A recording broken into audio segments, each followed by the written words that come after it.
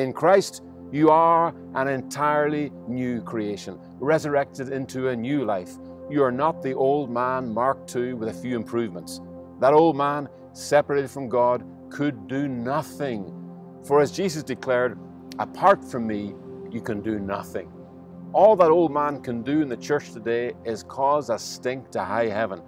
And all the so-called holiness preaching in the church today is doing is causing a sound to rise to the heavenlies, the sound of hammers, chisels, and iron tools being used on the new creation. That ban on all man-made tools was a complete prohibition on any addition, alteration, or finishing of any of the stones that went to make up the temple. The stones for the temple arrive as the finished article. All that remains is for them to take up their positions together. That is the purpose of preaching to believers in the church, not to improve their dressing, their holiness. That was done at the quarry. That was done by He who chose the stone in the first place, before the earth was even formed. Listen to that from Isaiah 51 verse 1. Listen to me, you who pursue righteousness and who seek the Lord. Look to the rock from which you were cut, and to the quarry from which you were hewn. In Christ, you were chosen from before the foundation of the world, and the one who always had a plan for your life from all eternity also planned that He would be the one who not only chose you, but also finished you, dressed you, completed you in His holiness.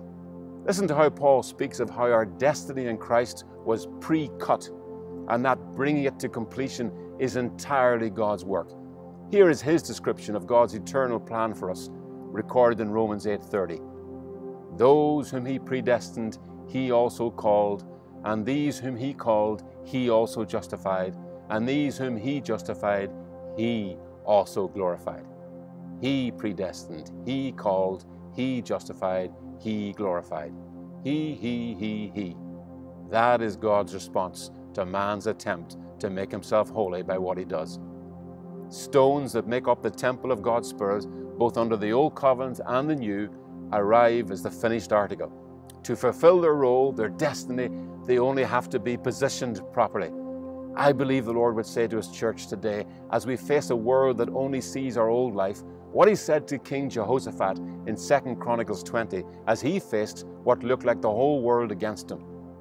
You will not have to fight this battle. Take up your positions, stand firm, and see the deliverance the Lord will give you. Do not be afraid. Do not be discouraged. Go out to face them tomorrow, for the Lord will be with you. Preaching to believers is for the purpose of positioning, the renewing of our minds, that we take up our God-ordained positions together with Him, hidden with Christ in God.